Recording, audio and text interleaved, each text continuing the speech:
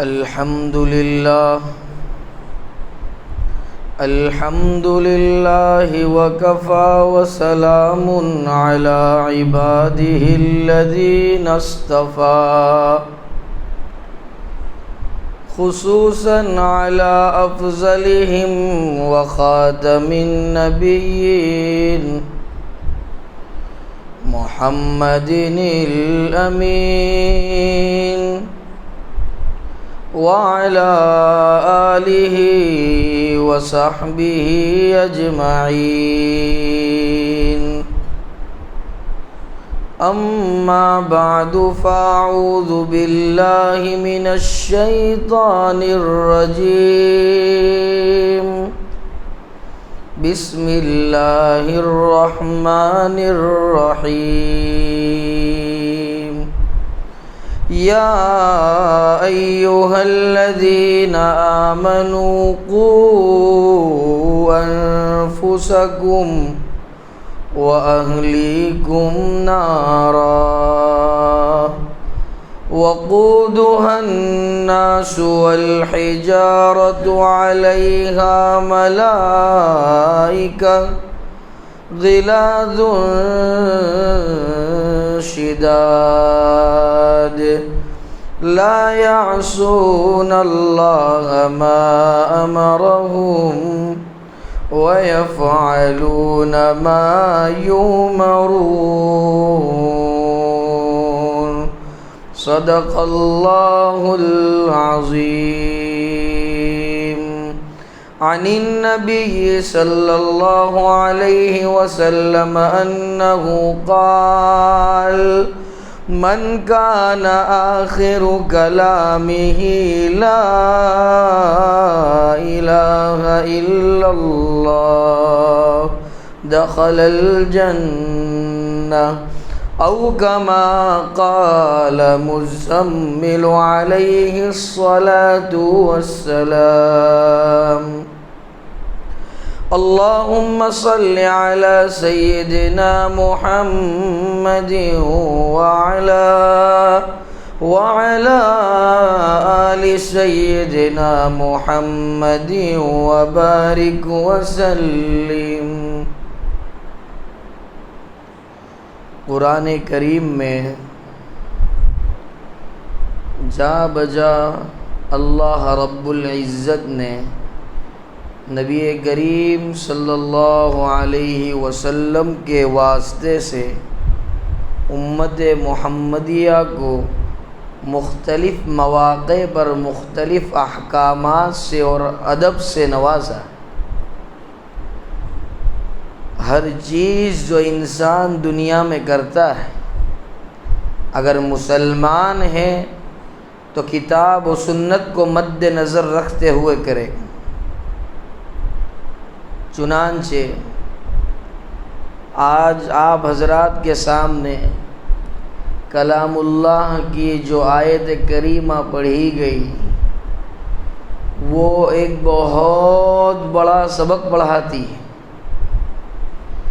اور قرآن کریم کی اس آیت میں علم کا اور تعلیمات کا وہ سمندر ہے کہ جس کو بیان کرنا ہما شما کے بس کی بات نہیں، لیکن بإذن اللہ اور بعون اللہ جو ہماری زبان سے اللہ نے جاری فرما دیا وہ کہیں گے.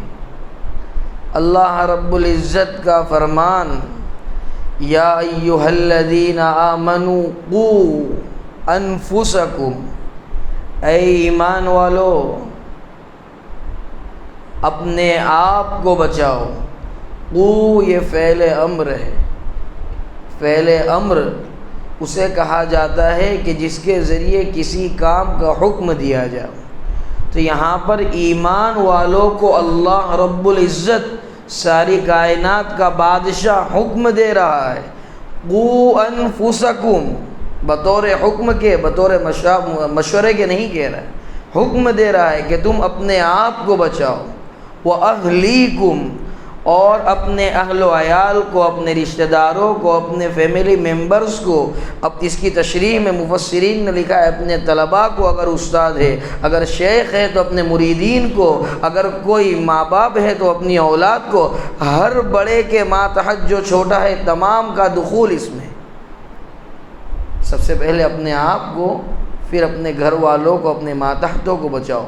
کس سے بچانا ہے؟ نارا، جیسا کہ ابھی حضرت مولانا نے نعرہ کی تشریح فرمائی۔ وقودها الناس والحجارہ، آگے اللہ رب العزت اس جہنم سے بچنے کا حکم کیوں دیا؟ کیوں اس جہنم سے آپ کو بچنے کے لیے دنیا میں تیاریاں کرنی ہیں؟ تو اس جہنم کا کچھ ہولناک منظر بیان فرماتے۔ وقودها الناس والحجارہ، کہ دنیا میں تو ہم دیکھتے ہیں عامتاً پلاسٹک کی جو تھیلی ہوتی ہے، جو لکڑا وغیرہ ہوتا ہے، کہ جسے جلانے سے جل جائے اسے ایندھن کے طور پر اور جلانے کے طور پر استعمال کرتے ہیں، لیکن اللہ اس جہنم سے اور اس نار سے اور اس آگ سے بچنے کا حکم دے رہے ہیں، اور اس آگ سے بچنے کی تعلیم دے رہے ہیں جس کا ایندھن اور جس کو جلانے کے لیے استعمال ہوگا تو وہ پتھر استعمال ہوگے۔ آج ہم پتھر جلانا چاہے جل سکتے، سوچو کتنی ہولناک آگ ہوگی، کتنا ہولناک منظر ہوگا کہ اس کے جلانے کے لیے ہی محض ایندھن کے طور پر پتھر کو استعمال کیا جا رہا ہے۔ وقودها الناس والحجارہ، اور لوگوں کو استعمال کیا جائے گا، انسانوں کو استعمال کیا جائے گا۔ تو اگر جہنم کا ایندھن بننے سے بچنا ہے تو قوا انفسکم واہلیکم نارا پر عمل کرنا پڑے گا۔ اور دوسری بات اللہ رب العزت نے اس آیت کے ٹکڑے میں بیان کی، بڑی زبردست بات ہے، اور چونکہ قرآن تو دستور زندگی ہے، منشور زندگی ہے، اس بنا پر قیامت تک آنے والی ہر ٹیکنالوجی کے لیے اور ہر مرد اور عورت اور بچے کے لیے اس میں تعلیم اور اس کے اینچ و پیچ جو زندگی میں چلتے ہیں اس کا علاج اور اس کا حل اور چالاکیوں پر آگاہ کیا جاوے گا۔ یہاں پر اللہ بیان فرماتے ہیں علیہا ملائکۃ غلاظ شداد، کہ دنیا والوں اگر آپ لوگوں کے ذہن میں یہ بات ہو کہ دنیا میں ہم کچھ افسروں کو رشوت وغیرہ دے کر ہاتھ میں اور جیب میں کر لیتے ہیں، اگر یہ خیال ہو کہ کوئی پولیس انسپکٹر دنیا میں جو ہے وہ ہمارے کچھ رشوت اور کچھ مٹھائی وغیرہ کے ڈبے دینے سے ہمارے ہاتھ میں اور ہمارے حکم کا غلام ہو جاتا ہے، تو وہاں جہنم کا جو داروغہ ہوگا وہ ایسا نہیں ہوگا۔ فرمایا علیہا ملائکہ، جہنم پر اور اس نار پر ایسے فرشتے مسلط کریں گے اور اس آگ کے ایسے داروغہ ہوں گے جو کیسے ہوں گے؟ غلاظ شداد، جو بڑے زبردست، بڑے غصے والے ہوں گے، بڑے خوفناک ہوں گے اور شدید ہوں گے، سختی کرنے والے ہوں گے۔ آگے رشوت نہیں لیں گے، لا یعصون اللہ، ذرہ برابر بھی اللہ کا جو حکم ہے اسے جو ہے پامال نہیں کریں گے۔ حکم عدولی کی صفت ان میں ہے ہی نہیں۔ ما امرہم، ذرہ برابر اللہ نے جس حکم کو دیا ہے اس کے اندر رد و بدل اور چینجز نہیں کریں گے۔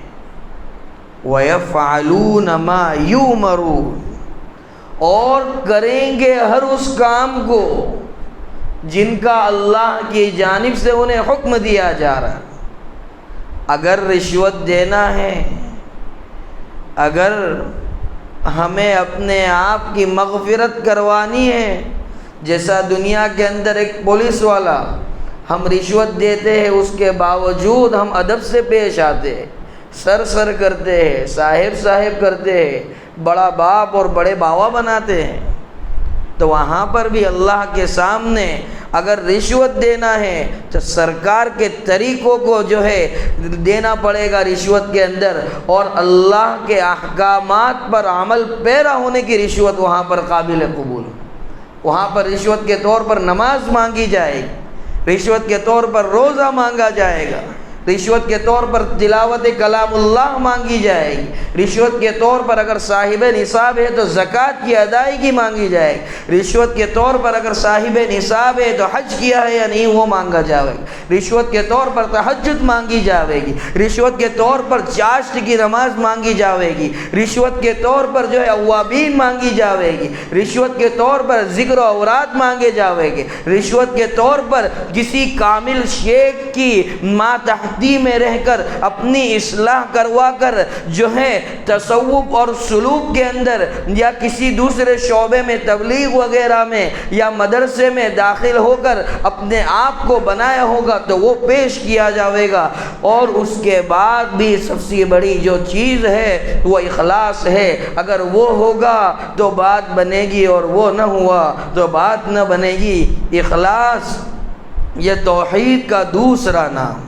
اخلاص مولانا کا اس پر تاریخی شعر رہا ہے کہ اخلاص کیا ہے۔ اخلاص کو بڑے اچھے انداز میں علامہ نے بیان کیا ہے۔ کیا فرماتے ہیں علامہ؟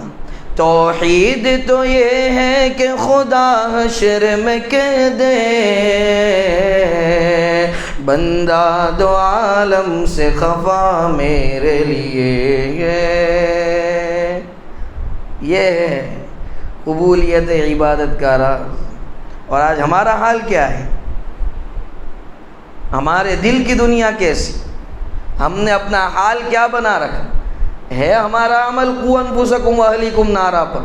ہم بچ رہے جہنم کی آگ سے، جھوٹ سے بچ رہے، غیبت سے بچ رہے، زنا سے بچ رہے، بہتان سے بچ رہے، فریب سے بچ رہے، دھوکہ دڑی سے بچ رہے، حسد سے بچ رہے، تکبر سے بچ رہے۔ ہم تو کسی چیز سے نہیں بچے، پھر کس طرح سے ہم کہیں کہ ہم فائنل ہیں اور ہم کامل ہیں؟ تمام عبادات پر گامزن ہونے کے بعد بھی اگر کسی شے کی ضرورت ہے اور کسی چیز کی ضرورت ہے تو وہ اخلاص ہے۔ اس کے برخلاف آج ہمارا عالم کیا ہے، جس کو شاعر نے بڑے اچھے انداز میں بیان کیا۔ شاعر کیا کہتا ہے؟ خبر حدیثوں میں جس کی آئی وہی زمانہ پھرا رہا ہے، زمین بھی تیور بدل رہی ہے، فلک بھی آنکھیں دکھا رہا ہے۔ ہوا ہے بھائی کا بھائی رہزن، حقیقی بیٹی ہے ماں کی دشمن،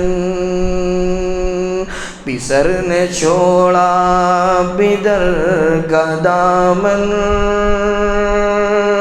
بہن کو بھائی ستا رہا ہے، اور کھڑے ہوئے ہیں سب ایک صف میں، سب اپنے اپنے خیال میں گئے۔ امام مسجد سے پوچھے کوئی نماز کس کو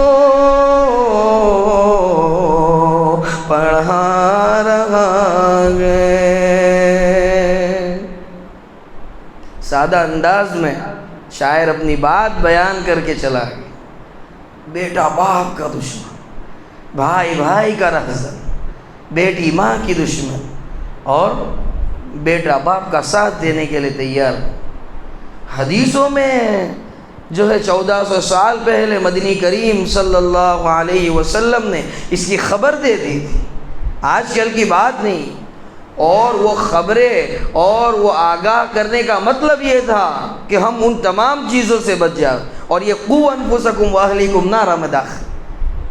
بھائی سے عداوت، باپ سے دشمنی، ماں سے دشمنی، اہل و عیال سے دشمنی، یہ سب جہنم میں جانے کے جو ہے سبیل اور راستوں کو ہموار کرنے والی چیز ہے. اللہ رب العزت ہماری اور آپ کی اس سے حفاظت کرے.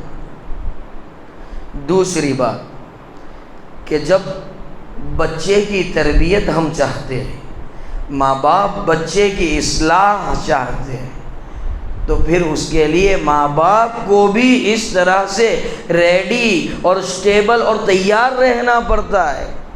ہر حال میں بچے کو دین محمد اور دین اسلام اور طریقہ اسلام پر گامزن رکھنا پڑتا ہے. باپ کی نماز نہیں ہو رہی، بیٹے کی نماز کیسے ہو سکتی؟ باپ کا روزہ نہیں ہو رہا، کس طرح سے اپنے بیٹے سے روزے کی توقع رکھتا؟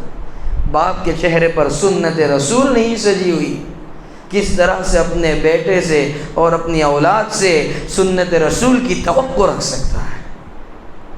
علم اور اصلاح اور بچے کا سب سے پہلا مدرسہ کیا ہوتا ہے، جس کو حضرت شیخ حضرت مولانا محمد زکریہ صاحب رحمۃ اللہ علیہ صاحب اور کاتب فضائل اعمال اور مصنف فضائل اعمال نے جو واقعہ نقل کیا ہے اس سے سمجھنا چاہیے کہ ماں جو ہوتی ہے، بیٹے کی جو والدہ ہوتی ہے اولاد کی، خواہ لڑکا ہو یا لڑکی، اس کی ماں کا اس کی تربیت میں بڑا اہم کردار رہا ہے. حضرت شیخ نے نقل کیا اپنے والد ماجد حضرت مولانا محمد یحییٰ صاحب نور اللہ مرقدہ کا واقعہ کہ جب وہ شیر خوار تھے اور جب انہوں نے اپنی والدہ کا دودھ چھوڑا 2 سال کی عمر میں، تو انہیں قرآن کریم کے 6 رکوع یاد. اعتراض کھڑا ہو، کس طرح سے اس عمر میں 6 رکوع یاد؟ کتنا بہترین جواب عنایت فرمائے. ان کی والدہ جب بھی انہیں دودھ پلاتی، تلاوت کلام اللہ کا اہتمام کرتی، اس کا ثمرہ اور اس کی برکت یہ ظاہر ہوئی کہ ابھی 2 سالہ بچہ ہے، ابھی ماں کا دودھ چھوڑا ہے، شیر خواری کے چنگل سے اب جو ہے باہر آیا ہے، اور عالم یہ ہے کہ جو ہے قرآن کریم کے اور کلام اللہ کے 6 رکوع کا حافظ.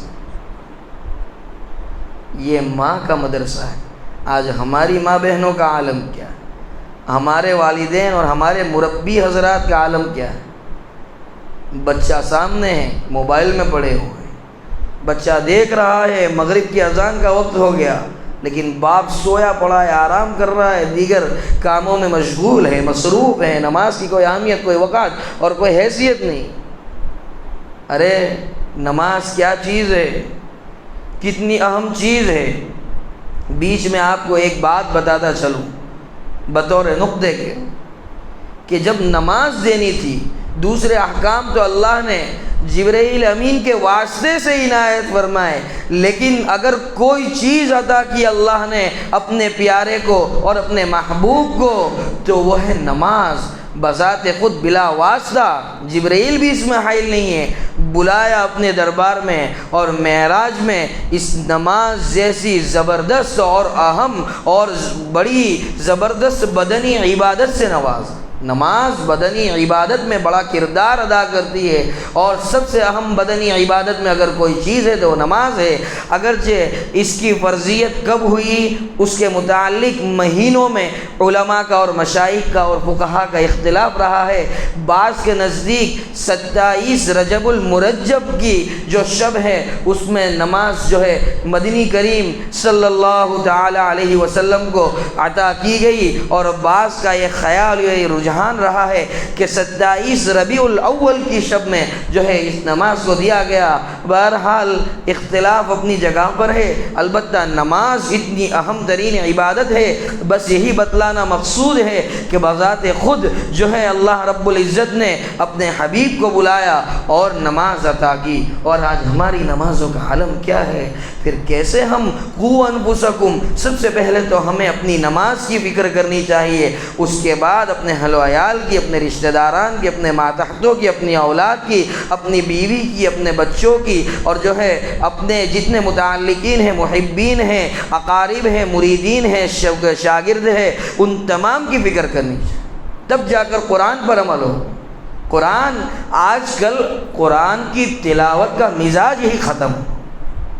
یاد رکھو، جس حافظ قرآن نے یا جس مسلمان نے تلاوت کلام اللہ سے گریز کیا، کلام اللہ کی تلاوت نہیں کرتا، حافظ ہے اس کے لیے کم از کم ایک پارہ اور غیر حافظ کے لیے کم از کم پاؤ پارے کی تلاوت لازم پکڑنا ہے۔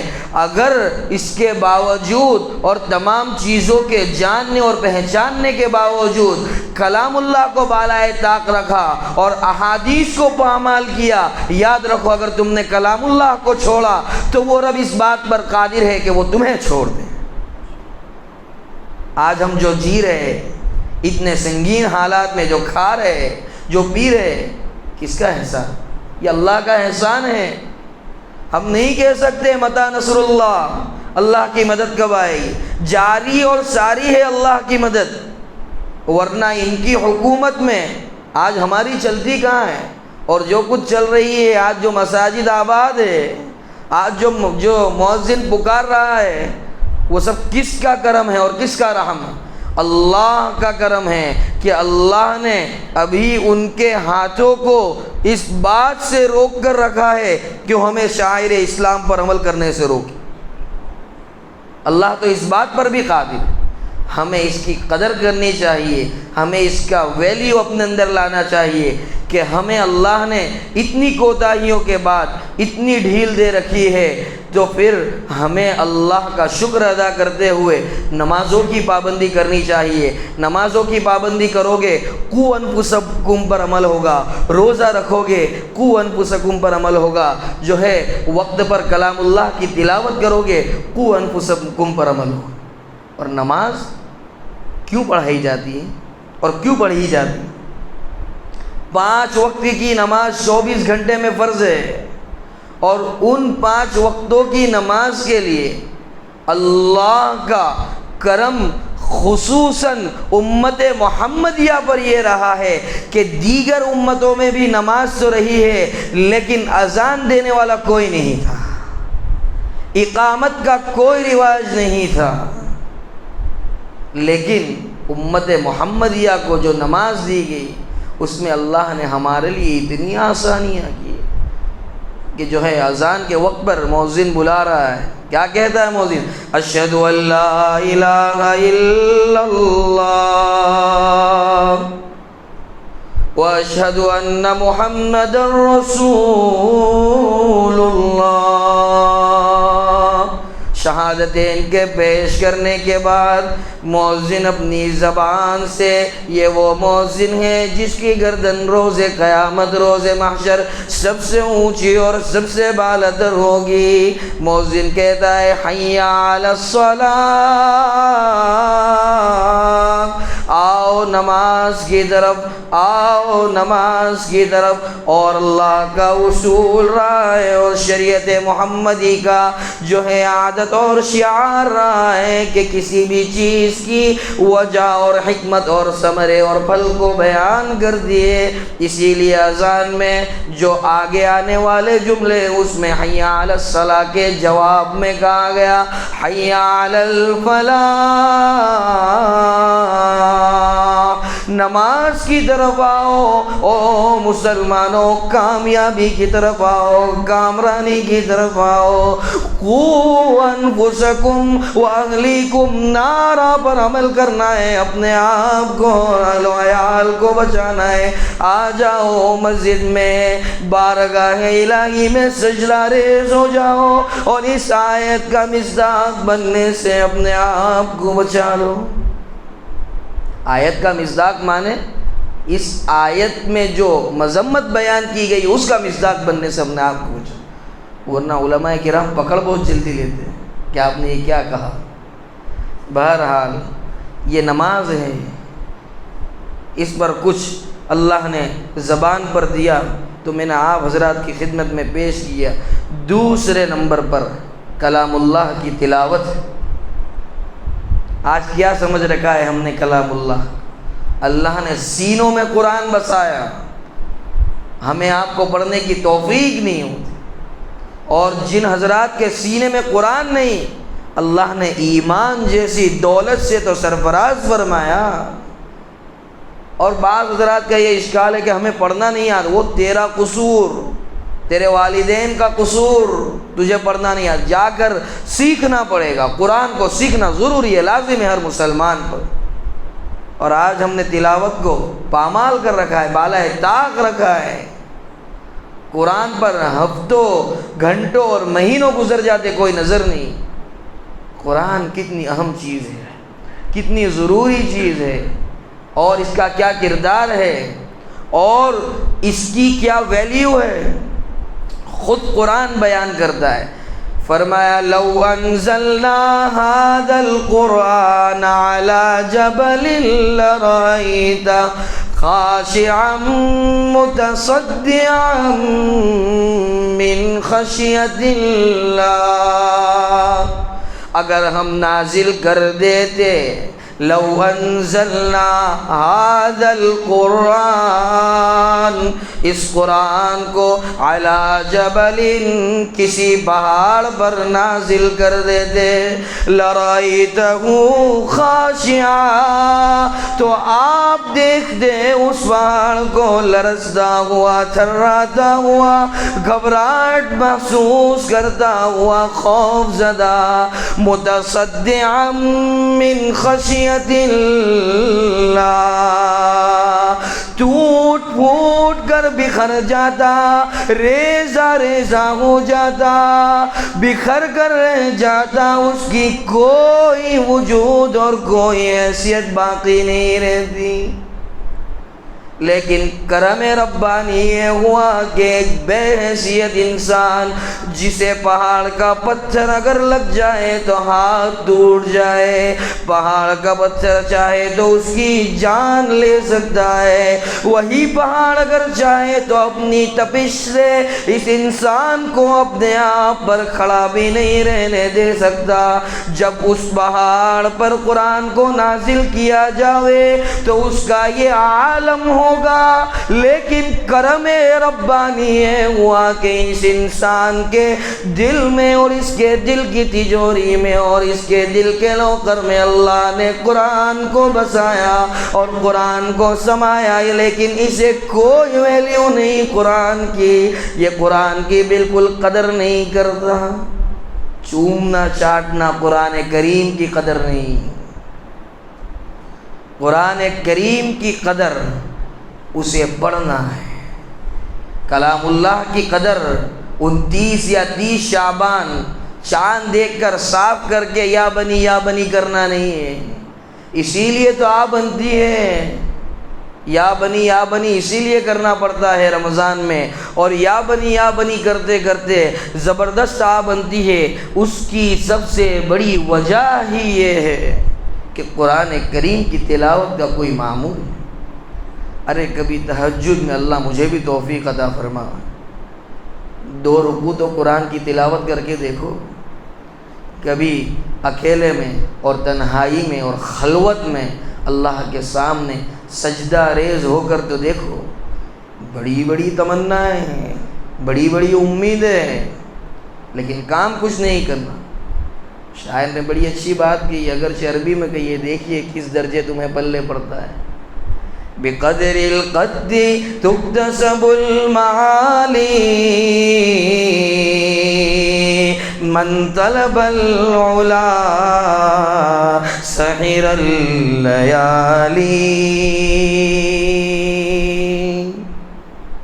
بڑی بڑی تمنائیں آرزو ہے، لیکن صبح 4:30 5 بجے ابا اٹھاوے تو اٹھنے کا نہیں، પપ્પા આવે તો કહે દેને કા હું હમણાં નથી ઉઠવાનો, તમને જે કરવું હોય તે કરી લો। રાત્રે 2 વાગે આવેલો છું કંપનીમાંથી, દોસ્તારોમાંથી, હમણાં કંઈ મગજમારી ન ચાલે, મને અમને હોવા દો, હું પછી પડી લઈશ, મારા હિસાબે પડી લઈશ નમાઝ।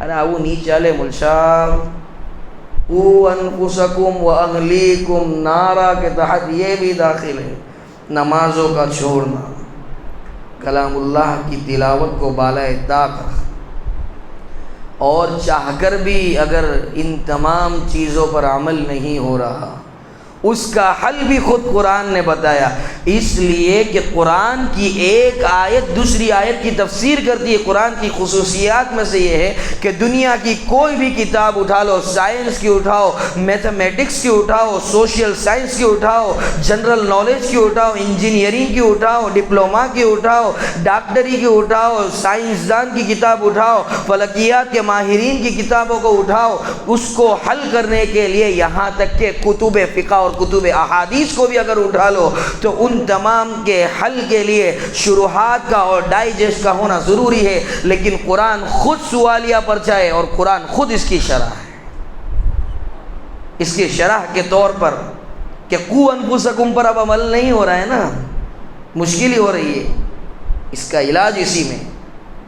سورہ احزاب میں اللہ غالباً بیان فرماتے ہیں، یا ایھا الذین آمنوا اتقوا اللہ وکونوا مع الصادقین، اے ایمان والو اللہ سے ڈرو، تقوی اختیار کرو اور سچوں کے ساتھ رہو۔ سچوں سے مراد کو ہیں ایھم المفلحون و ایھم المتقون، متقین حضرات ہے اور سچے لوگ ہیں۔ یہ میں نہیں کہہ رہا ہوں، صاحب روح المعانی نے لکھا ہے۔ بہرحال جب ہم اہل اللہ کی اور علماء کی اور صوفیہ حضرات جن کے عقائد درست ہے، طرق ماتریدیہ پر ہے، ان کی صحبت میں اگر رہے تو اس کا ثمرہ اور اس کا جو ہے فائدہ یہ ہوگا کہ کس طرح سے قوا انفسکم پر نہیں بلکہ الف لام میم سے لے کر جو ہے من شر الوسواس الخناس الذی یوسوس فی صدور الناس من الجنۃ والناس تک عمل کرنے کا ڈھنگ اور سلیقہ اور طریقہ آ جائے۔ اس لیے کہ اسلاف کی زندگی کیسے گزری، ابھی ایک نمونہ تو میں نے آپ حضرات کے سامنے پیش کیا، حضرت شیخ کے والد صاحب کا، کہ ان کی والدہ ان کے ماں باپ کا کردار بھی ہے سارا۔ لیکن اب یہاں پر دوسرا واقعہ آپ حضرات کے سامنے نقل کرتا چلوں۔ حضرت خواجہ عزیز الحسن مجذوب رحمۃ اللہ علیہ وقت کے بڑے انگریز کے زمانے پر عہدے پر فائز تھے، اور اس زمانے میں ان کے پاس موٹر کار بھی ہوا کرتی۔ موٹر کار اس زمانے میں بہت بڑی بات ہوتی تھی۔ یہ وہ زمانہ تھا جب سائیکل کیا جیب میں 5 روپیہ ہو تو لوگ اس کے پیچھے بھاگتے تھے، چونی 1 آنے 2 آنے کا زمانہ تھا۔ یہ پہنچے حکیم الامت حضرت مولانا اشرف علی تھانوی جو ہے رحمۃ اللہ علیہ کی خانقاہ میں، اور سوچا کہ اب اس دربار سے کچھ لیا جاوے، ایک عرصے تک رہے حضرت کی خدمت۔ ایک دن حضرت ناراض ہو گئے۔ آج کل ہمیں یہی تکلیف ہے، قرآن کہتا ہے کونوا مع الصادقین، لیکن ہم کیا کہتے ہیں کہ وی آر ایوری تھنگ، ہم سب کچھ ہے، ہمیں کوئی ڈانٹے نا، ہمیں کوئی مولانا ڈانٹنا نہیں چاہیے۔ استاد تمہیں જોઈ લેજો અને મારતા નહીં، આ મારો એક ને એક છે જરાક પર માર નહીં પડવી જોઈએ, લઈને ઘરે ચાલ્યો જા ને ભાઈ, માર નહીં પડવી જોઈએ। તો ઉસ્તાદ ગાંડો છે કે મારા માર કરશે? કોઈ દિવસ ઉસ્તાદ જાણી જોઈને નથી મારતો, ને જે જાણી જોઈને મારી પણ લે તો પણ તમારે તો તમારા છોકરાની સામે આમ જ કહેવાનું કે જાણી જોઈને માર્યું કે તારી ભૂલથી માર્યું, બંને સૂરતોમાં આખિરતમાં તને ફાયદો મળશે। પછી મોહબ્બતથી તમે ઉસ્તાદને આટલું કહી શકો છો, આ પણ નહીં કહો તો બહેતર છે, પણ આટલું કહેવાની ગુંજાઈશ છે। મકરૂ, હું એને મકરૂ કહેવું, મકરૂ છે આટલું કહેવું, જરાક શફકતથી પડાવો ને, આ મારી દરખાસ્ત છે, પછી આગળ તમારી મરજી। لیکن ہمارا عمل کیا ہے؟ آ جاتا ہوں بیٹا دیکھ لیتا ہوں، ایسے آستینیں چڑھ جاتی، آستینیں چڑھ جاتی ہے، بھائی بن جاتے ہیں۔ دیکھتے ہیں کیا کرتے ہیں مولانا، اور مدرسے میں آ کے اناپ شناپ کہتے ہیں مولانا سے، اور مریدین کو اگر شیخ کچھ کہہ دے، شاگردین کو اگر استاد کچھ کہہ دے تو بڑا جھٹکا لگتا ہے، بڑی تکلیف ہوتی ہے۔ اس ٹھیس کے اوپر اور اس جو ہے ڈانٹ ڈپٹ کے اوپر اپنے آپ پر قابو کرنا، یہی تو مردانگی کی علامت ہے۔ غصے کا ظہور مردانگی نہیں ہے، حلم، صبر، غصے کو پی جانا یہی مردانگی ہے۔ کسی پر غصہ آ رہا ہے اسے ذلیل اور رسوا مت کرو، کسی عالم کو ذلیل مت کرو، کبھی مت کرو کسی عالم کو ذلیل، اس لیے کہ یہ وہ آدمی اور یہ وہ شخص ہے عالم کہ جس نے اپنے ایام مدرسے میں گزارے ہیں اور ایسا کھانا کھایا ہے اور ایسی اساتذہ کی مارے کھائی ہے اور طلب علم کے لیے ایسی قربانیاں دی ہے کہ خدا کی قسم تم اس کا تصور بھی نہیں کر سکتے۔ مت رسوا اور ذلیل کرو، یہ انبیاء کے وارثین ہیں۔ ہوتی ہے وہ بھی انسان ہے، کبھی کوئی غلطی آپس میں مل کر بہت پیار سے اور ادب سے کہہ دیا، بہرحال اشارہ تھا، اور للعاقل تکفی الاشارہ، سمجھداروں کے لیے اشارہ کافی ہے۔ بہرحال عرض یہ کر رہا تھا کہ حضرت مولانا حضرت خواجہ عزیز الحسن مجذوب رحمۃ اللہ علیہ عرصے تک حکیم الامت کے دربار میں رہے۔ ایک دن حکیم الامت کو غصہ آ گیا، یہاں سے بات جو ہے ٹریک سے باہر ہو گئی تھی، تو حضرت حکیم الامت کو ایک دن کسی بات پر ناراضگی ہو گئی۔ اور ایک بات یاد رکھنی چاہیے، کان کھول کر ایک بات کو یاد رکھو، کبھی کوئی استاد اور کوئی اللہ والا اور کوئی شیخ اپنے مرید کو ڈانٹتے ڈپٹتے اور اصلاح اور تنبیہ کرتے وقت دل میں اس کے متعلق زہر نہیں رکھتا، اس کے متعلق کینہ کپٹ نہیں رکھتا، اس کی اصلاح کی غرض ہوتی ہے۔ جس وقت استاد کی لکڑی چل رہی ہوتی ہے، ایک ڈر سا لگا رہتا ہے کہ کہیں یہ میری انسلٹ نہ کر دے، کہیں مجھے رسوا نہ کر دے۔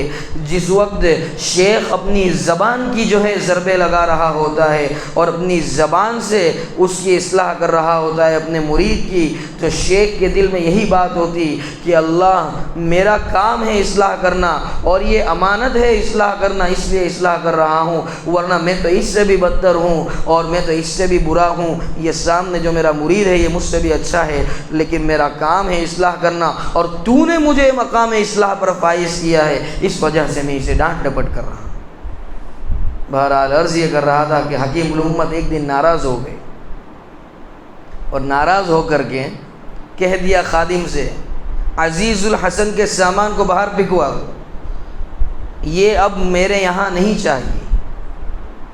خواجہ صاحب نے کیا کیا، اپنے ابا کو لائے، ان سے عداوت اور دشمنی مول لی، ہر گلی چوراہوں پر بیٹھ کر یہ کہنا شروع کر دیا، حضرت مولانا تو ایسے ہے، میں نے اتنی خدمت کی وغیرہ وغیرہ۔ نہیں، بلکہ جس جگہ ان کے سامان کو ڈالا گیا وہ اسی جگہ انہوں نے اپنا جو ہے مسکن بنا لیا، اسی جگہ وہاں رہے، اور وہاں اس نیت سے رہے کہ آتے جاتے حضرت کی نظر اگر مجھ پر پڑ گئی تو میرا کام ہو جائے گا۔ وہ شاعر کہتا ہے نا، نگاہ ولی میں وہ تاثیر دیکھی،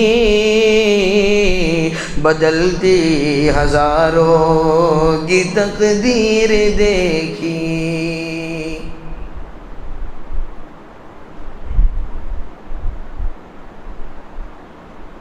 نگاہ ولی میں یہ تاثیر ہے۔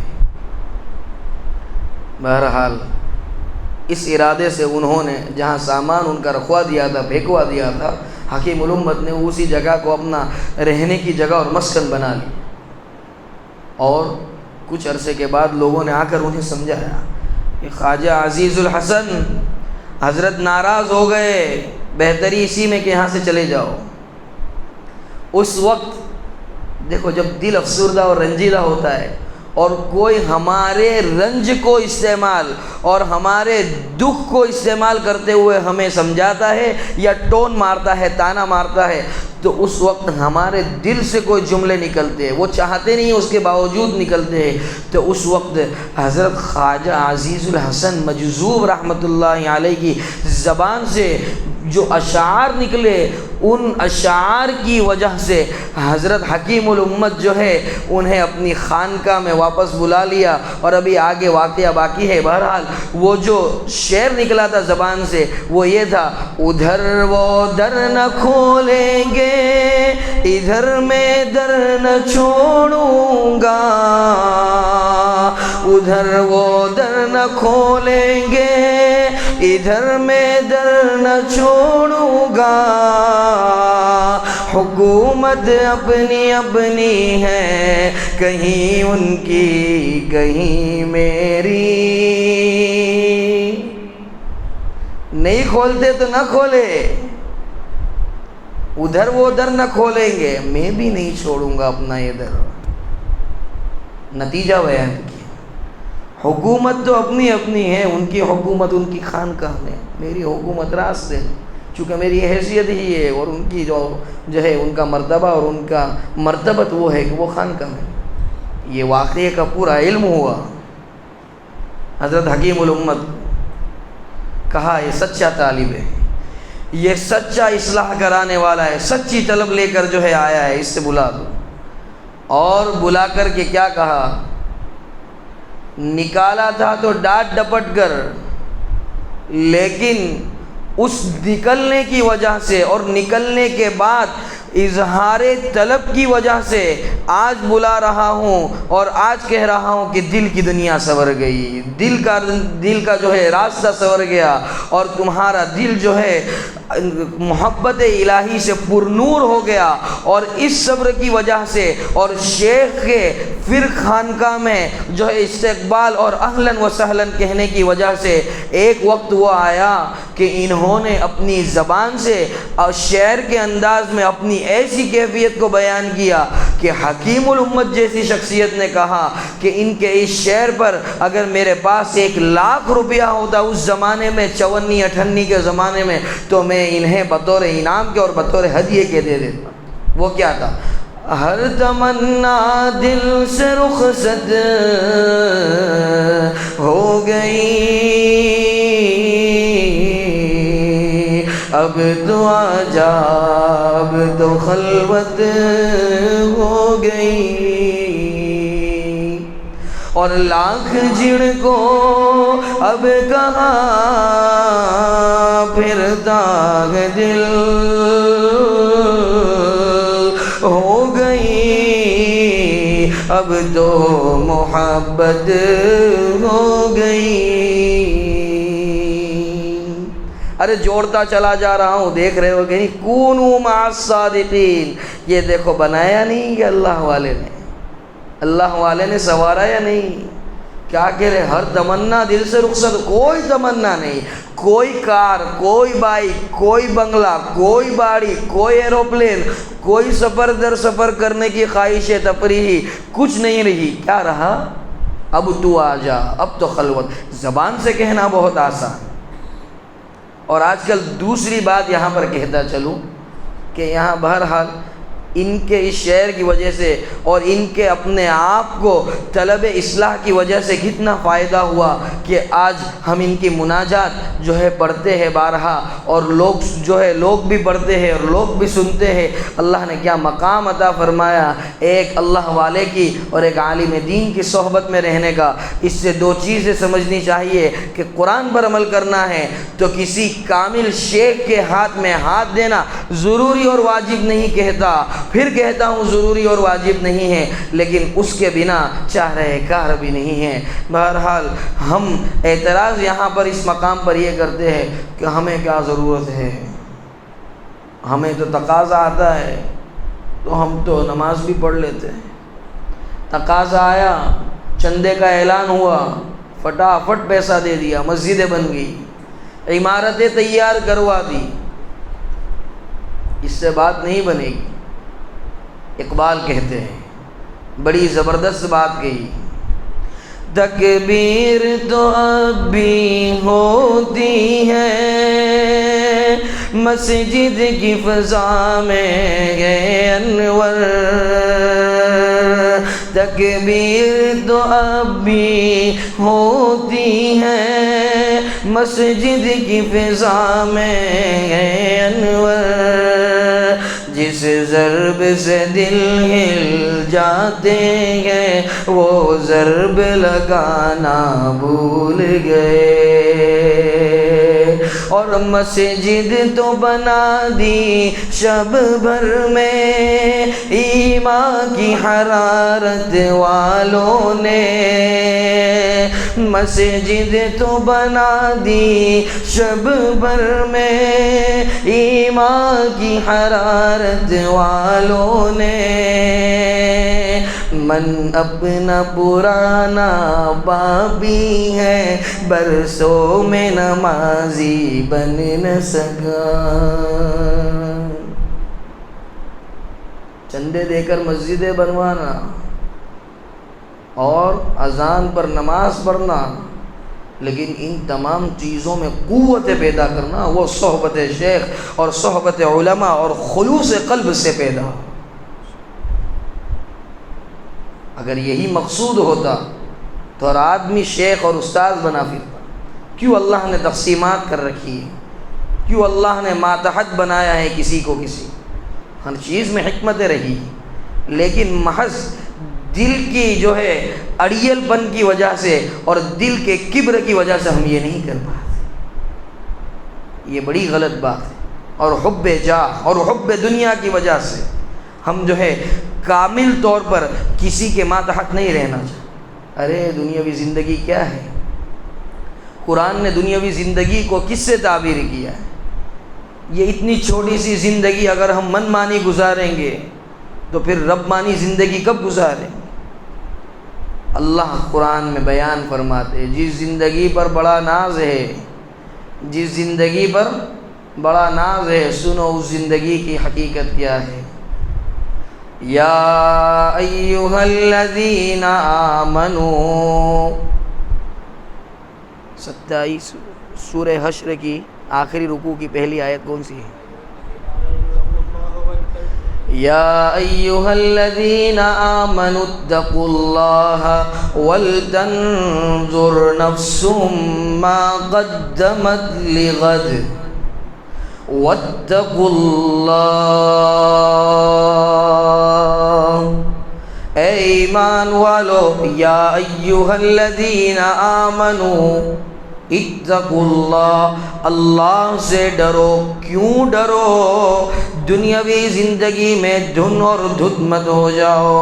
وَلْتَنْظُرْ نَفْسٌ مَا قَدَّمَتْ لِغَدٍ، جو تمہاری دنیاوی زندگی ہے وہ آج ہے، اور تم اس کا ثمرہ اور اس کا بدلہ اور سزا اور جزا وہ دیکھو گے، وہ کل کا دن ہے۔ غد سے قیامت کے دن کو تعبیر کیا، اور دنیاوی زندگی کا ایک دن قرآن نے بیان کیا۔ اب ایک دن میں ہم کیا کیا کر لیں گے؟ اگر ہمیں زندگی بنانی ہے، محلات بنانے ہیں اور اپنا مقام بلند کرنا ہے، تو وہ روز قیامت اللہ کے حضور اخلاص کے ساتھ جنت کے حصول کے لیے نبی کریم صلی اللہ علیہ وسلم کی شفاعت کو طلب کرنے کے لیے بنا۔ بہرحال آیت کے متعلق تو اللہ نے جو باتیں ذہن میں ڈالی، کچھ ٹوٹی پھوٹی آپ حضرات کے زیر خدمت جو کی ہے، اور ان چیزوں کے بعد جو حدیث پڑھی گئی، من کان آخر کلامہ لا الہ الا اللہ دخل الجنہ، قرآن پر عمل کرو گے، احادیث پر عمل کرو گے تو پھر جو ہے من کان آخر کلامہ، وہ شخص کے جس کی زبان سے آخری چیز اور آخری جملے جو جاری ہوئے ہیں لا الہ الا اللہ اور محمد الرسول اللہ، دخل الجنہ، وہ جنت میں داخل ہو جائے گا۔ زندگی جیسی ہوگی ویسی موت آئے گی۔ اس کا ہلکا سا منظر اور ہلکا سا نظارہ اللہ رب العزت نے قرآن میں 25ویں پارے میں بیان کیا ہے کہ اگر رب مانی زندگی نہ گزاری، قُوْ أَنفُسَكُمْ وَأَهْلِكُمْ نار پر عمل نہیں کیا تو کیا ہوگا؟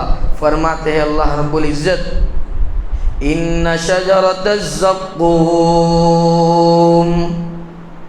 بلا شبہ زقوم کا درخت، طعام الاسیم، جہنمیوں کا کھانا ہے طعام، ان کے معنی کھانا.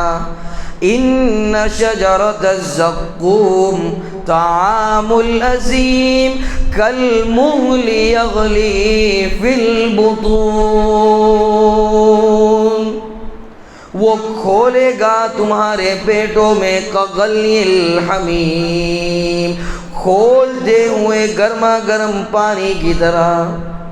خذوہ فاعتلوہ الی سواء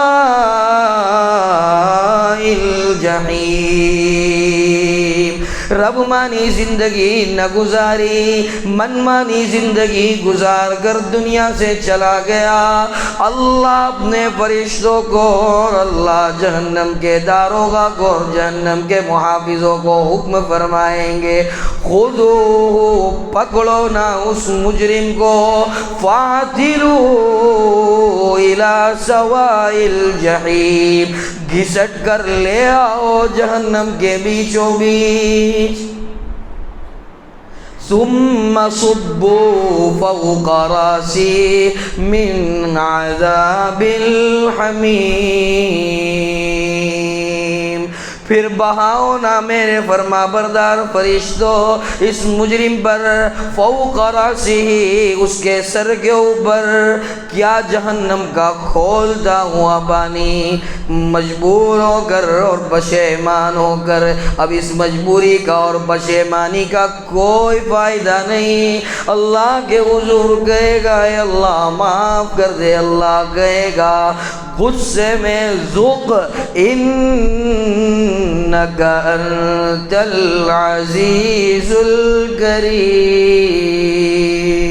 تو چکھ، تو لے مزہ انہی چیزوں کا جو تو بو کر آیا ہے، اسی کھیتی کو کاٹ جو تو نے بوئی ہے.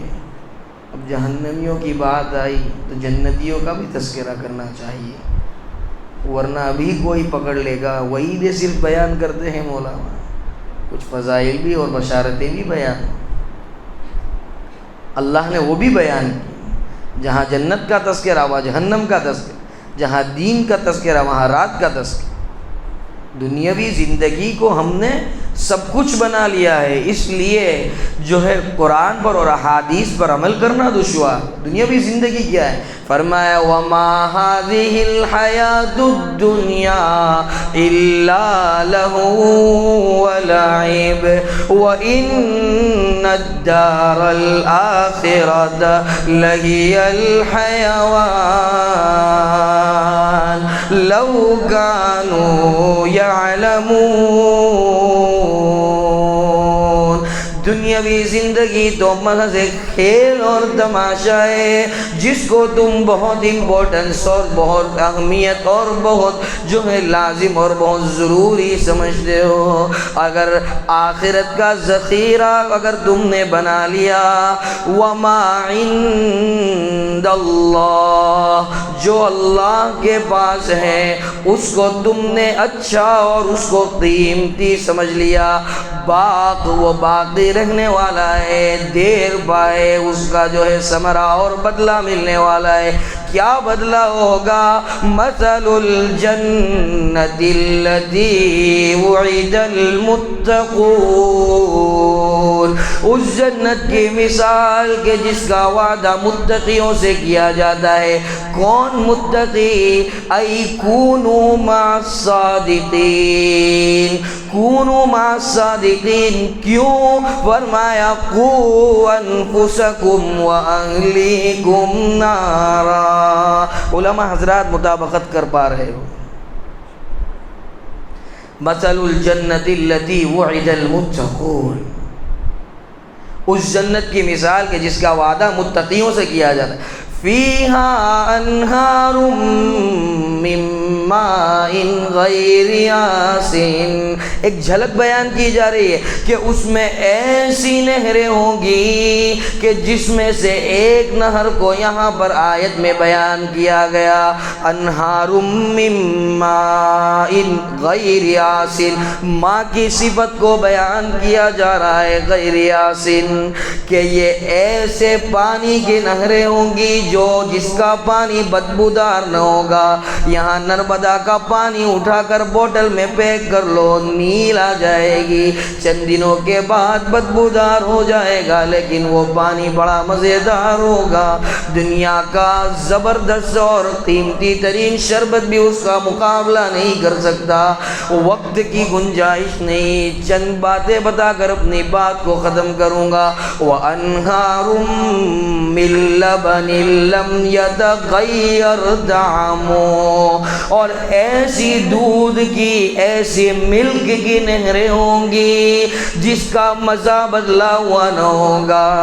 جس بھینس والے نے اور گائے والے نے دنیا میں 1 لیٹر کا 10 لیٹر بنایا تھا اور بنگلے باڑیاں کھڑی کی تھی، وہاں فرشتے اس طرح کی حرکت نہیں کریں گے، اس لیے کہ انلیمیٹڈ ہے، اور اس انلیمیٹڈ کی فیس قُوا انفسکم واہلیکم نارا، اور دوسری فیس قُوا انفسکم کے تحت کونوا مع الصادقین۔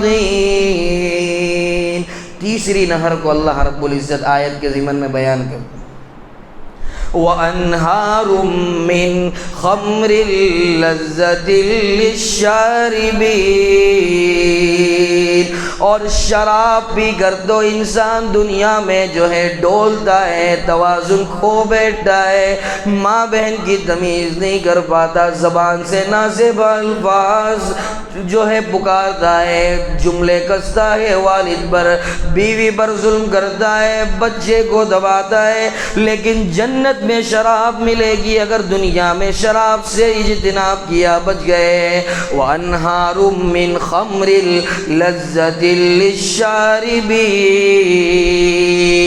جو بڑی جھمانے والی شراب، وہاں جام پر جام لگائے جاؤ لیکن دماغی توازن کبھی نہیں گھومے گا، لیکن تمہیں مستی میں اور مزے میں بھی لے آئیں گی۔ اور آخری ایک نہر کا بیان ہے، اس کے بعد جو ہے یہاں پر جنت کی مثال ختم ہو رہی ہے۔ فرمایا وَأَنْهَارٌ مِّنْ عَسَلٍ مُّصَفًّى، اور ایسی شہد کی نہریں ہوں گی، اور ایسا ان نہروں میں شہد بہہ رہا ہوگا کہ جس کی جو ہے صفت بیان کی جا رہی ہے، مصفّى، منقّى ہوگا، صاف ہوگا، شفاف ہوگا، کانچ کی مانند ہوگا، جس کی اوریجنلٹی کے لیے 500 1000 کے نوٹ پر ڈال کر اسے جلانے کی ضرورت نہیں۔ اس کی اوریجنلٹی اور اس شہد کی سچائی اور اس شہد کے اوریجنل ہونے کے لیے جو گواہی ہے، کلام اللہ کی گواہی کافی۔ بہرحال آج کی بات کو بس اسی پر ختم کرتے ہیں۔ اللہ رب العزت قُوا انفسکم واہلیکم نارا کا، اور اہل اللہ کی کونوا مع الصادقین کا، اور جو ہے جنت اور جہنم کے جو مناظر چند جو ہے آپ حضرات کے سامنے عرض کیے میں نے، اس کا صحیح فہم نصیب فرماوے، اور ان تمام چیزوں کو سننے کا مقصد بھی یہی ہونا چاہیے کہ اس پر جو ہے عمل پیرا ہونے کی پکی نیت اور پکا ارادہ فرماوے۔ وآخر دعوانا ان الحمد للہ رب العالمین۔ کافی آ گیا بیان،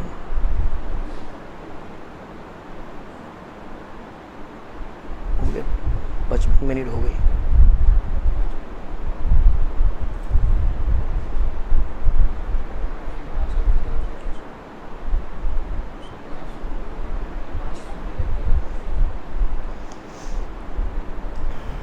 حافظ صاحب کا بھی اصرار ہے، مولانا سہیل صاحب کا بھی اصرار ہے، اور اب آئندہ سے یہ سیکھ اور سبق ملا کہ اس شرط کے ساتھ آئیں گے کہ اب گلا ساتھ نہیں دیتا، اور محترم اور مکرم حکیمانہ انداز میں کہتے ہیں کہ سنانی پڑی۔ تو چونکہ محرم الحرام کا مہینہ ہے، شہادت عمر پر ایک بڑا اچھا کلام ہے وہ آپ حضرات کی خدمت میں پیش کریں۔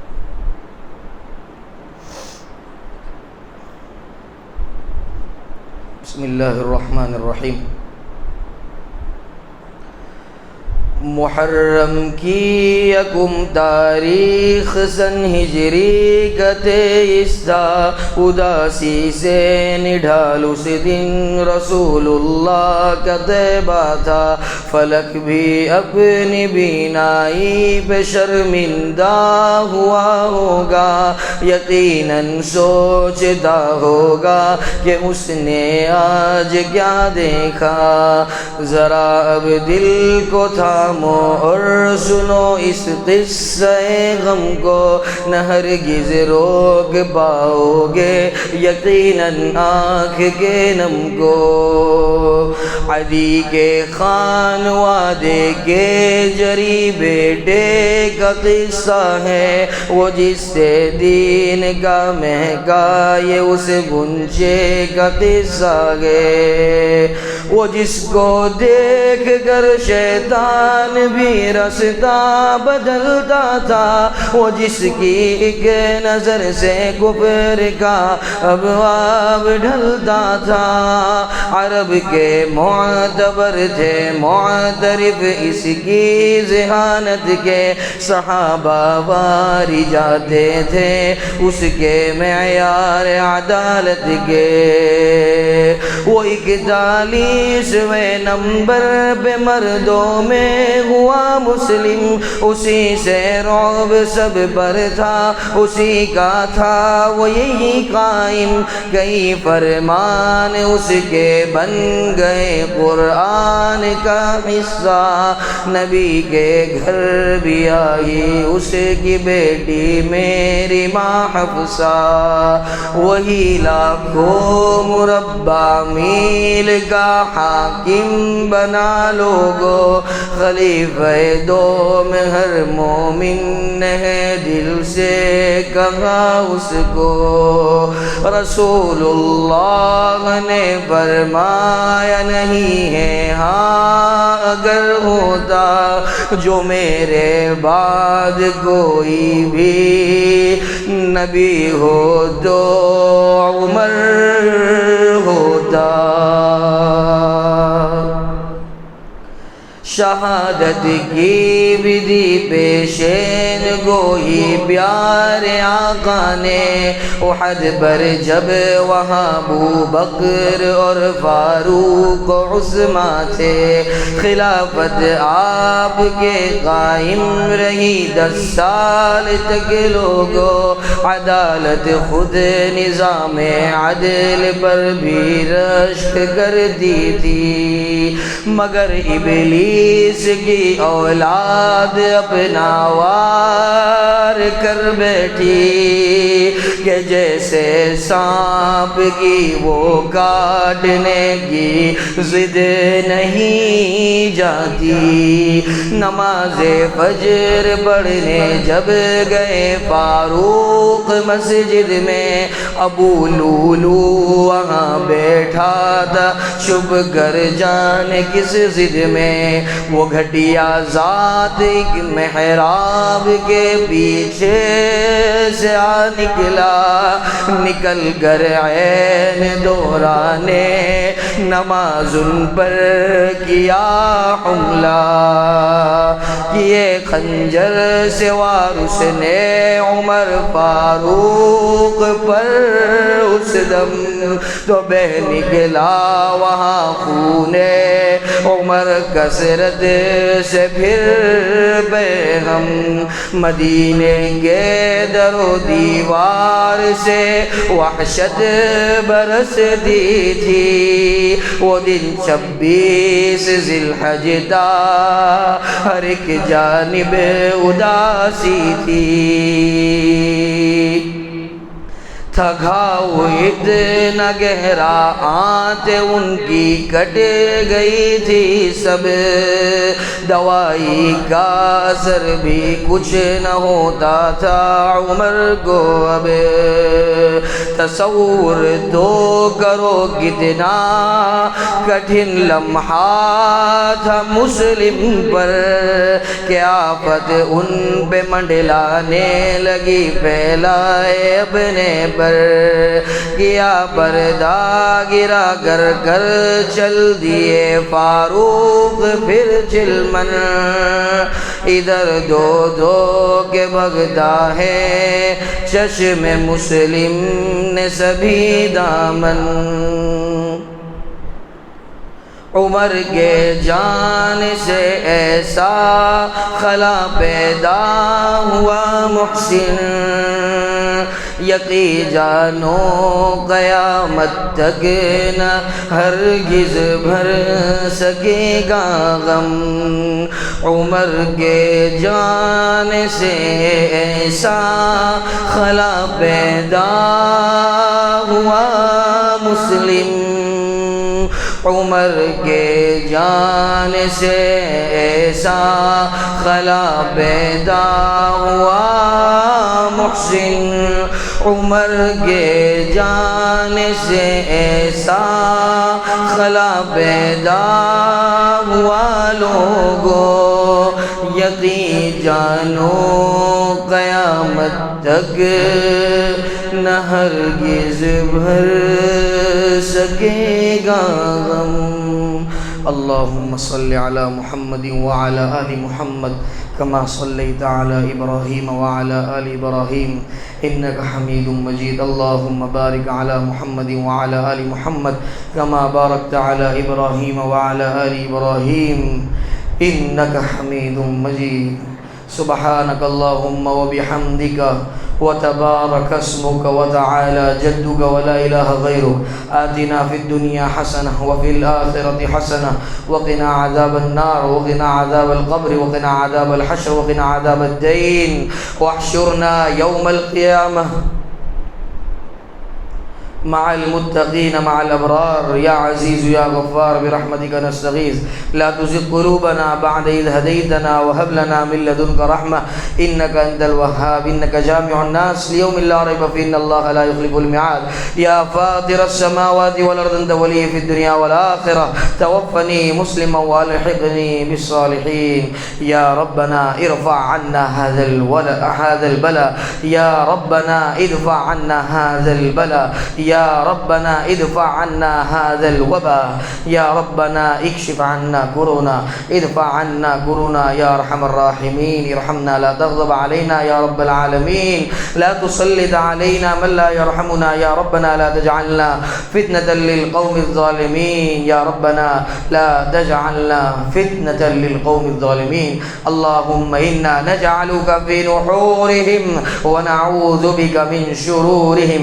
اللهم إنا نسألك علما نافعا ورزقا واسعا وحلالا طيبا وشفاء من كل داء وأعمالا متقبلا وجسما عاملا ولسانا ذاكرا وقلبا ذاكرا ولسانا شاكرا وقلبا شاكرا وتوبة قبل الموت وراحة عند الموت ونجاة بعد الموت، فتقبل الله منا يا رب العالمین، یا الہ العالمین ہمارے گناہوں کو معاف فرما، گناہوں سے درگزر فرما، میرے مولا بہت بڑے پاپی ہے، خطا کار مجرم ہے، در در کی ٹھوکریں کھا کر تیرے در پہ آئے ہیں، میرے مولا اگر تو نے بھی نکال دیا اپنے در سے تو بتا دوسرا کون سا در ہے جہاں جا کر ہم مغفرت کی بھیک مانگیں گے، میرے مولا رات اور دن تیری نعمتیں کھا کر تجھے ناراض کرتے رہے میرے مولا، لیکن آج جو ہے دل سے ارادہ کرتے ہیں آئندہ کبھی گناہ نہ کریں گے، اور میرے مولا گناہ نہ کرنے کا پکا ارادہ تو ہے، لیکن بشریت کا تقاضا تو یہی ہے کہ خطا اور نسیان سے انسان مرکب ہے، پھر بھی خطا ہو جاوے تو تجھے تیرے حبیب کا واسطہ، تجھے اصحاب کا واسطہ، تجھے اہل اللہ کا، صوفیہ کا، اساتذہ کا اور صوفیہ حضرات کا واسطہ، میرے مولا ہمارے گناہوں پر صرف نظر فرمائیو، کوئی نقطہ پکڑ نہ لیجیے۔ لیجیو میرے مولا، اگر تو نے معاف کر دیا تو ہم سے گندی نالی کے گندے کیڑوں کی بگڑی بن جائے گی، اور اگر تو پکڑ کرنے پر آ گیا تو ایسا کوئی در و دیوار اور ایسا کوئی دروازہ اور ایسا کوئی جو ہے طاقت اور ویل پاور باقی نہیں رہے گا جو ہماری حفاظت کر سکے۔ میرے مولا اگر تجھے رحم نہ آوے اس بندے پر تو میرے مولا یہ دیکھیو کہ تیرے پیارے حبیب کی پیاری امت سے میرے مولا جب ماں کے دل میں تو نے اتنی محبت رکھی، باپ کے دل میں اتنی الفت رکھی کہ میرے مولا تو ان کی جو ہے بچہ ماں باپ کے ساتھ جو ہے نافرمانی کا معاملہ کرتا ہے، زبان درازی کا معاملہ کرتا ہے، لیکن ماں باپ کہتے ہیں میرا بیٹا میرا بیٹا میری اولاد، تو 70 ماؤں سے زیادہ محبت کرنے والا ہے۔ میرے مولا تو کیسے ہمیں رسوا و ذلیل کر سکتا ہے؟ میرے مولا گناہ تو ایسے ہے، میرے مولا خطائیں تو ایسی ہے کہ اگر پردہ اٹھا دیا جاوے تو ہم آپس میں ایک دوسرے کو تھوکنا تک پسند نہ کرے۔ میرے مولا ستاری کا معاملہ جو دنیا میں فرمایا ہے، کل قیامت کے دن بھی اسی طرح کا معاملہ فرمائیو، نبی کے حضور رسوا نہ کریو۔ میرے مولا صحابہ کرام کی اور دنیا والوں کی موجودگی میں ہمارے کارنامے اور ہمارے کرتوت کو عیان فرمائیو۔ میرے مولا تجھے تیرے حبیب کا واسطہ، میرے مولا تجھے حبیب کا واسطہ ہماری کوتاہیوں کو معاف فرما۔ اے پیارے اللہ، اس بیماری کے حالات کو اور اس کی آڑ میں سازشیں کرنے والوں کا منہ کالا فرما، حق کا بول بالا فرما۔ ہم تو تیرے گنہگار ہیں میرے مولا، ہم تیرے مجرم ہیں، ہم دنیا والوں کے مجرم نہیں، ہم اغیار کے مجرم نہیں، پھر کیوں ہماری باغ ڈور ان کے ہاتھ میں دے رکھی ہے؟ ہمیں یہ کہنے کا حق نہیں، لیکن اے اللہ ہم تیرے مجرم ہیں۔ یہ لوگ تانا دیتے ہیں بتاؤ مسلم کا خدا کہاں ہے؟ بتا دے پیارے اللہ کہ تیرا نام لینے پر یہ ہمیں ذلیل کرتے ہیں، تو تیرا نام لینے پر میرے مولا اگرچہ ٹوٹا پھوٹا نام لینے پر تو کیسی عزتوں سے سرفراز فرماتا ہے۔ میرے مولا مسلمانوں کا عروج فرما، میرے مولا مسلمانوں کو عروج عطا فرما، زوال پذیر ہونے سے 100% حفاظت فرما۔ میرے مولا ان کے مقدر میں اگر ہدایت ہو تو ہدایت عطا فرما، اور میرے مولا اگر ہدایت نہیں تو پھر جو عاد و سمود کے ساتھ تو نے معاملہ کیا، جو کشتی نوح سے خارج رہنے والوں کے ساتھ معاملہ کیا، اس سے بدترین معاملہ کر، اور میرے مولا اس کے ساتھ ساتھ ہماری بھی حفاظت کا انتظام کر۔ میرے مولا روزی کی لائن سے آج ہر کوئی بہت پریشان ہے، روزیوں میں خوب برکتیں عطا فرما، اتنی برکتیں عطا فرما میرے مولا کہ اس کے ساتھ ساتھ ہم تیری طرف بھی رجوع رہے، ہم اسلام سے اور شریعت سے نہ ہٹے، اور تیرا نام لیوا اگر کوئی ہمارے جو ہے غریب خانے پر آ جاوے تو ہم جو تیرے خزانے کے نوکر ہے، تیرے ہی خزانے سے نکال کے مما رزقناہم ینفقون کے تحت انہیں دے، ان کی امیدوں سے بالا تر دے، اور اس طرح سے دے کہ ہمارے دائیں ہاتھ سے دے تو بائیں ہاتھ تک کو پتہ نہ چلے۔ میرے مولا اتنی روزیوں میں برکتیں عطا فرما۔ میرے مولا ہم بہت کمزور ہیں، ہم امتحان کے لائق تو نہیں، اور ہم پکڑ کرنے کے بھی لائق نہیں۔ میرے مولا اپنا رحم اور اپنا کرم شامل حال فرما، ہر قسم کی الفت، انسیت، اتحاد اور اتفاق اور محبت کا جو ہے معاملہ تمام برادران اسلام کے اندر پیدا فرما، اور ہر قسم کے خلفشار، انتشار اور فتنہ اور ہر قسم کی برائیوں سے جو ہے امت مسلمہ کی حفاظت فرما۔ میرے مولا ہمارا یہاں آنا قبول فرما، میرے مولا یہاں آنا قبول فرما، میرے مولا اس آنے کو باعث خیر اور برکت بنا۔ میرے مولا یہ سننا سنانا اسے شرف قبولیت سے تیرے دربار میں نواز دے۔ میرے مولا ہماری تو کیا اوقات تھی، لیکن جو کچھ بلوایا وہ تیرا ہی کرم تھا۔ میرے مولا اسی طرح تادم حیات کرم فرماتا رہیو۔ میرے مولا کبر سے 100% حفاظت فرما۔ میرے مولا جو مانگا وہ بھی عطا فرما، جو رہ گیا وہ بھی نصیب فرما، مقدر فرما، اور دعائیں اپنے فضل و کرم حبیب پاک صلی اللہ علیہ وسلم کے صدقے طفیل قبول اور منظور فرما۔ بفضل سبحان ربک رب العزت عما یصفون، سلام علی المرسلین والحمد للہ رب